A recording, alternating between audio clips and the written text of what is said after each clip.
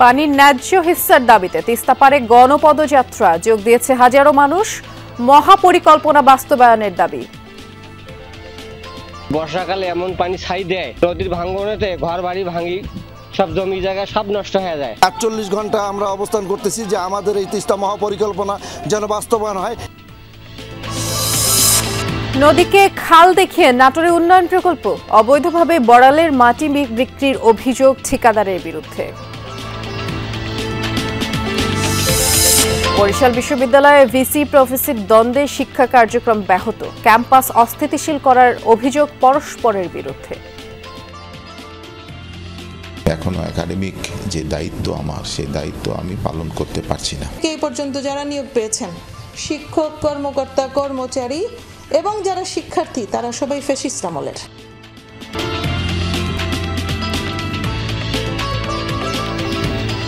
শুভেচ্ছা, সংবাদ সারা দেশে সবাইকে আমন্ত্রণ জানাচ্ছি। নুসরাত বৃষ্টির সাথে আছি।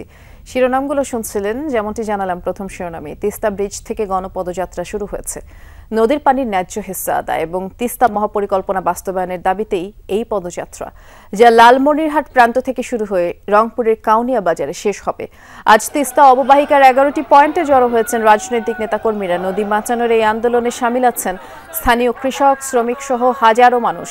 তাদের দাবি বিচ্ছিন্নভাবে নয়, অন্তর্বর্তী সরকারের সময়ই শুরু করতে হবে তিস্তা মহাপরিকল্পনার কাজ। পাশাপাশি তিস্তার ন্যায্য হিস্সা চুক্তি বাস্তবায়নে বাধ্য করতে হবে ভারতকে। আয়োজকরা জানিয়েছেন, আন্তর্জাতিকভাবে তিস্তার ক্ষতবিক্ষত পরিস্থিতি তুলে ধরতেই এই উদ্যোগ। এর মাধ্যমে ভারতকে চুক্তি বাস্তবায়নে চাপ প্রয়োগ করা হবে।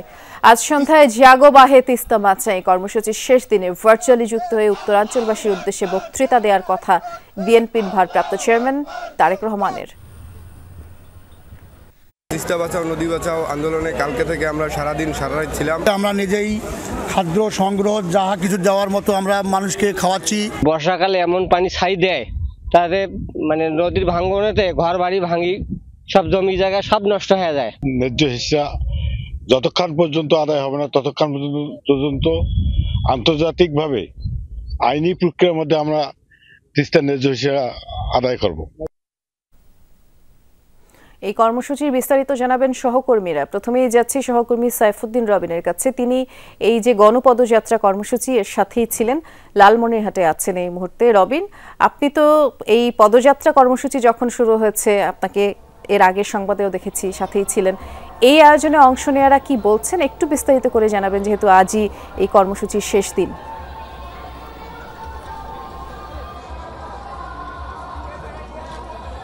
ঠিক সেই পুরনো দাবি বৃষ্টি, অর্থাৎ এই দাবি আসলে অনেক দিন ধরে জানিয়ে আসছে এই অঞ্চলের মানুষ বা তিস্তা তীরবর্তী অঞ্চলের মানুষ। সেই দাবি কি? সেই দাবি হচ্ছে উজান থেকে নেমে আসে যে নদী তিস্তা, সেই তিস্তার পানির ন্যায্য হিস্সা, অর্থাৎ তিস্তার পানির যেন বন্টনটা সমবন্টন হয়, কিংবা প্রয়োজনের সময় শুধুমাত্র ভারত নিজের স্বার্থে এই পানি সংরক্ষণ করবে কিংবা ছাড়বে, সেটি যেন তাদের উপর কেবলমাত্র নিয়ন্ত্রণ না থাকে, সেই জায়গাটার দাবিটুকু জানাচ্ছেন তারা। অর্থাৎ এই অঞ্চলের মানুষ, তারা বলছেন তিস্তা মহাপরিকল্পনা সেটি বাস্তবায়ন করতে হবে। আর সেই মহাপরিকল্পনার মধ্যে রয়েছে উজানের দেশ ভারতে, ভাটির বাংলাদেশে 2 জায়গায় জলাধার নির্মাণ করা, নদী খনন করা এবং শাখা নদীগুলো খনন করা, যার মধ্য দিয়ে তিস্তার পানির প্রবাহটা স্বাভাবিক থাকবে। এবং কখনো, অর্থাৎ বর্ষায় হঠাৎ বৃষ্টি হলে বা পানি বেড়ে গেলে ভারত যখন পানি ছেড়ে দেয় হঠাৎ করে, তখন যে এই অঞ্চলে যেভাবে নদী ভাঙন সৃষ্টি হয়, যেভাবে বন্যায় প্লাবিত হয়, মানুষের দুর্ভোগ বাড়ে, সেটি আর থাকবে না। এবং শুকনো মৌসুমে সেই খরা, সেটিও থাকবে না। সেই লক্ষ্য নিয়েই দীর্ঘদিন ধরে দাবি জানিয়ে আসছে, সেই দাবি এখনও অব্যাহত। তার অংশ হিসেবে এই 48 ঘন্টার লাগাতার কর্মসূচি, যেটি আজকের দিন অর্থাৎ দ্বিতীয় দিনে গণপদযাত্রা অনুষ্ঠিত হয়েছে। এখন যেটি হবে, একেবারে এই তিস্তার চরে যেখানটায় মূল কর্মসূচি, প্যান্ডেল বা অবস্থান সাধারণের ঠিক তার পাশেই নদীতে যেখানটা খানিকটা পানি জমে আছে, সেখানে পানিতে নেমে তারা প্লেকার্ড প্রদর্শন করবে এবং সেই প্রদর্শনীর মধ্য দিয়ে নিজেদের প্রতিবাদটুকু জানানোর চেষ্টা করবে, তুলে ধরবে যে প্রয়োজনের সময় কিংবা যে কোনো সময় তিস্তার যে পানি থাকে না, পানির প্রবাহ থাকে না, সেটুকু তারা তিস্তায় নেমে নিজেদের প্লেকার্ডের মধ্য দিয়ে তাদের সেই ভাষায় তুলে ধরবে এবং ভারতের কাছে সেই আহ্বানটুকু জানাবে যেন পানির ন্যায্য হিস্সা নিশ্চিত হয়। এবং আন্তর্জাতিক মহলের দৃষ্টি আকর্ষণ এই অঞ্চলের মানুষের পক্ষ থেকে এই 48 ঘন্টার লাগাতার কর্মসূচির মধ্য দিয়ে যেন তিস্তা মেগা প্রকল্প বাস্তবায়ন এবং আন্তর্জাতিক আইন মেনে তিস্তার পানির সমবন্টন নিশ্চিত হয়। বৃষ্টি। অনেক ধন্যবাদ রবিন আপনাকে। আমরা এবারে নীলফামারীতে যাচ্ছি, সহকর্মী মাহফুজ রাফিনকে দেখতে পাচ্ছি। রাফিন, উত্তরের কৃষি এবং জীবনযাত্রায় তিস্তার পানি কতখানি গুরুত্বপূর্ণ সেটি আমরা কম বেশি অবগত। আপনি একটু দর্শকদের সুবিধার্থে জানাবেন স্থানীয়রা কি বলছেন পুরো বিষয়টা নিয়ে।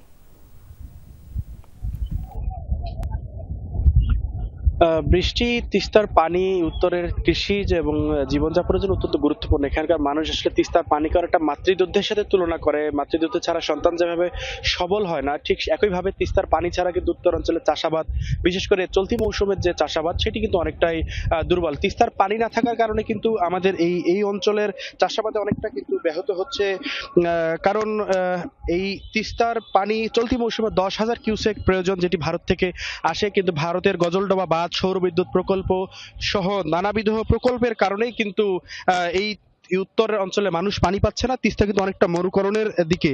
ভারতীয় গণমাধ্যম 2014 সালের যেই সময় কিন্তু ভারত মাত্র 250 কিউসেক পানি দিয়েছিল উত্তর অঞ্চলে, তখন কিন্তু বলেছিল যে তিস্তার পানি বন্টনের ক্ষেত্রে ভারতের আন্তর্জাতিক আইন এবং মামলার উদাহরণ মানছে না, ফলে তিস্তা কিন্তু অনেকটাই মরে গেছে ভারতের অনৈতিক অবহেলায়, একগুঁয়েমি মনোভাব আর হটকারিতায়।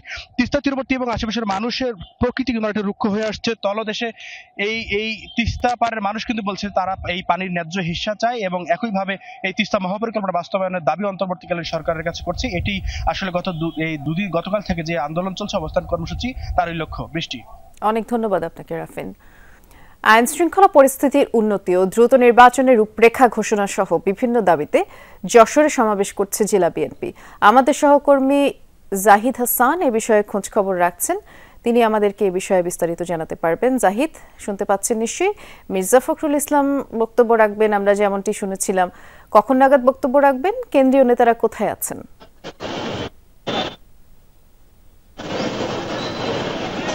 বৃষ্টি, মৃত্যু রাখা এবং আইন শৃঙ্খলার অবনতি হয়েছে সেটা স্থিতিশীল রাখা এবং যে দ্রুত নির্বাচনের দাবিতে যে বিএনপি কেন্দ্র হচ্ছে সেটা রাখতে যশোরে বেলা 3টা নাগাদ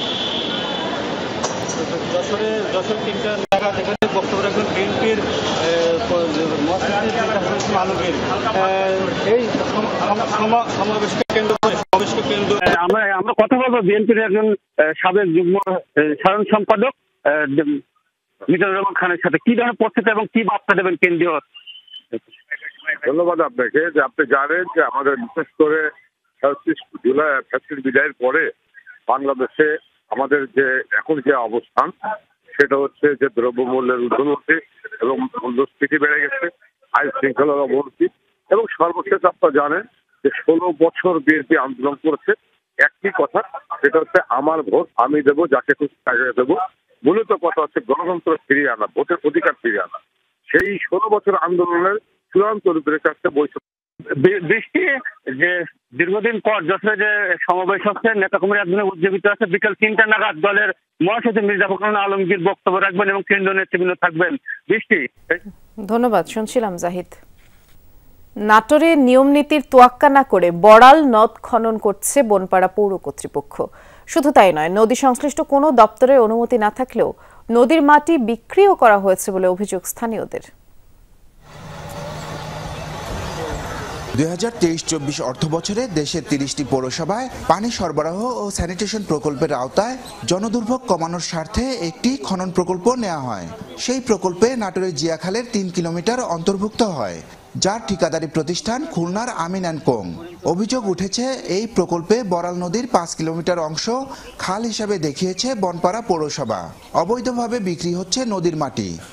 বড়াল নদী পৌরসভা থেকে কাটার কোনো নিয়ম বা এখতিয়ার নাই। তাদের খনন করতে জনগণের সমস্যা সৃষ্টি করতেছে, কিন্তু মাটি বিক্রি করছে। ওই দিক থেকে মাটি কাটে আমার এদিক বান্ধি দিবি, তাহলে আমার কোনো বাড়ি ঘরের কোনো ক্ষতি হবে না। এখন দেখি 2 দিক থেকে করেছে, আমার ঘর টর ভাঙিছে। ঠিকাদারের প্রতিনিধির দাবি, কার্যাদেশ মেনেই খনন চলছে। আমাকে যে মেজারমেন্ট দিচ্ছে, যে ডাটা শিডিউলে আছে, যেভাবে কাটার কথা, সেইটা আমি খাটতে চাই। আমি কোথাও মাটি বিক্রি করি নাই, এখানে আমার কোনো ইনভলভমেন্ট নাই। নদী খনন ও মাটি বিক্রিতে সংশ্লিষ্ট দপ্তরের অনুমতি নেই বলছে পানি উন্নয়ন বোর্ড। খনন করার ক্ষেত্রে আমাদের কাছ থেকে অফিসিয়ালি কোনো অনুমতি নেওয়া হয় নাই। আর যেটা নদী খননকৃত মাটি, এটি যথাযথ প্রক্রিয়ার মাধ্যমে নিলাম অথবা সরকারি কাজে ব্যবহার করা যেতে পারে। বিক্রি করার কোনো সুযোগ নাই, এটি যথাযথ প্রক্রিয়ার মাধ্যমে করতে হবে। কিভাবে নদীকে খাল উল্লেখ করে প্রকল্প নেওয়া হলো তার সদুত্তর নেই পৌর কর্তৃপক্ষের কাছে। নদীকে তো আমাদের কাটার ওই ধরনের ইয়ে নাই, জাস্ট আমরা এটা বলছি, তো আগেই বলছি জলাবদ্ধ নিরসনের জন্য, আর জাস্ট আমরা একটা জাস্ট কি বলবো আর কি ড্রেনের মতো করে একটা সংস্কারের কাজ করছি, স্থায়ী কোনো স্ট্রাকচার তো করছি না। এখন যদি আমি নদীটাকে যদি মনে করেন শাসন করে আমি কোনো একটা বাদ দিতাম বা দুই সাইডে যদি আমি ব্লক বিছাতাম তাহলে একটা ছিল, জাস্ট আমার পানি নিষ্কাশনের জন্য একটা কাজটা করার। নদী কিন্তু নদী নেই, নর্দমার থেকে ছোট হয়ে গেছে। আপনি যদি সরেজমিনে দেখেন, যদি এলাকা ঘুরে ঘুরে দেখেন যে নদী কোথায় আছে, বাজারের ভিতরে গিয়ে দেখেন আসলে সেখানে নদী আছে না খাল আছে, না খালের থেকে চাপা ছোট নর্দমা আছে। বড়াইগ্রাম উপজেলা নির্বাহী অফিসার বলছেন পৌরসভা কখনোই নদী খনন করতে পারবে না, প্রকল্পের কাজ সাময়িক বন্ধ করা হয়েছে। নদী কখনোই পৌরসভা কাটতে পারে না। নদী খনন প্রকল্প যেগুলো BIWTA বা BMD এর মাধ্যমে হয়ে থাকে, আপাতত কাজটি বন্ধ করে রেখেছি এবং পরিপূর্ণভাবে মাটির বিষয়ে যখন পূর্ণাঙ্গ নির্দেশনা না পাবো ততক্ষণ পর্যন্ত এটি কাজ চলবে না। প্রায় 2 কোটি টাকার প্রকল্পটির মেয়াদ চলতি বছরের 20 এপ্রিল পর্যন্ত। নাজমুল হাসান, যমুনা নিউজ, নাটোর। নানা সমস্যায় জর্জরিত বরিশাল বিশ্ববিদ্যালয়, যেখানে শিক্ষা কার্যক্রমই চলছে কোনো রকমে, তার উপরে যুক্ত হয়েছে ভিসি প্রফেসির দ্বন্দ্ব। শিক্ষক শিক্ষার্থীদের একটি অংশ দিয়েছে আলটিমেটাম, অন্যদিকে ভিসির ভবনের হামলায় মামলা হয়েছে শিক্ষার্থীদের বিরুদ্ধে। সব মিলিয়ে উত্তপ্ত পরিস্থিতি বিরাজ করছে বরিশাল বিশ্ববিদ্যালয়ে। একটি চিঠিকে কেন্দ্র করে প্রকাশ্যে বরিশাল বিশ্ববিদ্যালয়ের ভিসি প্রভিসির দ্বন্দ্ব। বিশ্ববিদ্যালয়ের একাডেমিক বিষয়ে আলোচনার জন্য 5 ফেব্রুয়ারি বিভাগীয় চেয়ারম্যানদের চিঠি দেন উপাচার্য। তবে উপাচার্যের সভা ডাকার বৈধতা নেই জানিয়ে পাল্টা চিঠি ইস্যু করেন উপাচার্য।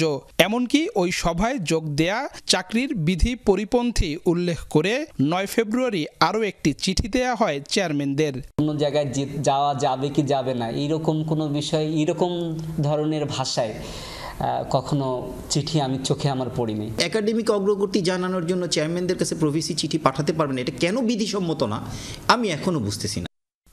উপাচার্যের অভিযোগ, দায়িত্ব বুঝে নিতে লিখিত ও মৌখিকভাবে অনুরোধের পরও সাড়া দেননি উপাচার্য।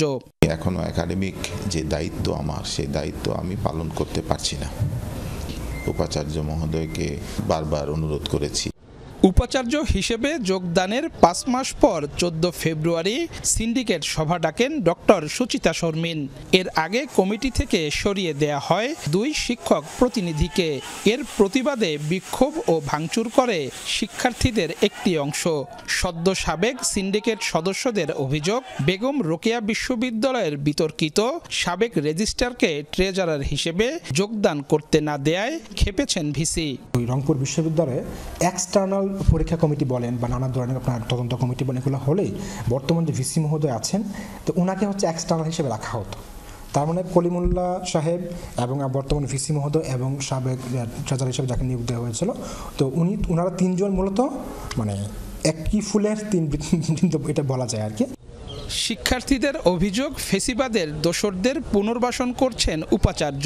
আওয়ামী লীগের একজন মানে পদধারী নেতা এবং তার মেয়াদ কিন্তু শেষ হয়ে যাওয়া, তো তাকে কেন আবার নিয়োগ দেয়া? শিক্ষার্থীদেরকে তোয়াক্কা না করে তিনি হচ্ছে বাইরের বিভিন্ন রাজনৈতিক ব্যক্তিবর্গ, আওয়ামী ফ্যাসিস্টদের বিভিন্ন অনুসরণ করে উনি হচ্ছে শিক্ষার্থীদের বিরুদ্ধে অবস্থান নেয় প্রতিটা পদক্ষেপে। 2011 সালে প্রতিষ্ঠার পর থেকে এখন পর্যন্ত বিশ্ববিদ্যালয়ের সাথে সংশ্লিষ্ট সবাই ফ্যাসিস্ট আমলের বলে মন্তব্য করেন উপাচার্য। বলেন ক্যাম্পাস অস্থিতিশীল করতে ইন্ধন যোগাচ্ছেন প্রভিসি।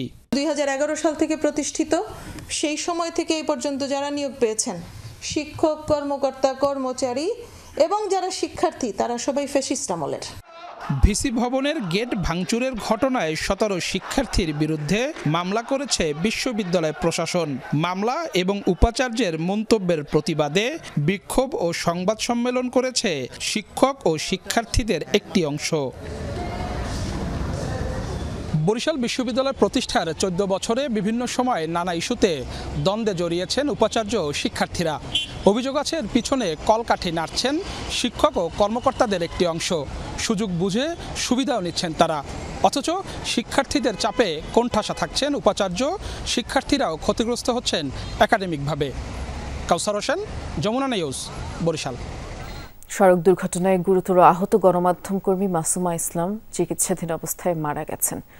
ইন্না লিল্লাহি ওয়া ইন্না ইলাইহি রাজিউন। ভোরে রাজধানীর একটি বেসরকারি হাসপাতালে এখন টেলিভিশনের রাজশাহী ব্যুরো রিপোর্টার মাসুমা মৃত্যুবরণ করেন। গত 14 ফেব্রুয়ারি সড়কে দাঁড়িয়ে থাকা অবস্থায় যাত্রীবাহী একটি বাসের ধাক্কায় আহত হন মাসুমা। উন্নত চিকিৎসার জন্য তাকে রাজধানীর একটি বেসরকারি হাসপাতালে ভর্তি করা হয়। আইসিইউতে চিকিৎসাকালীন অবস্থায় ভোর 4টার দিকে না ফেরার দেশে পাড়ি জমান তিনি। আর তাকে নিজ গ্রামের বাড়ি নাটোরের গুরুদাসপুরে দাফন করা হবে।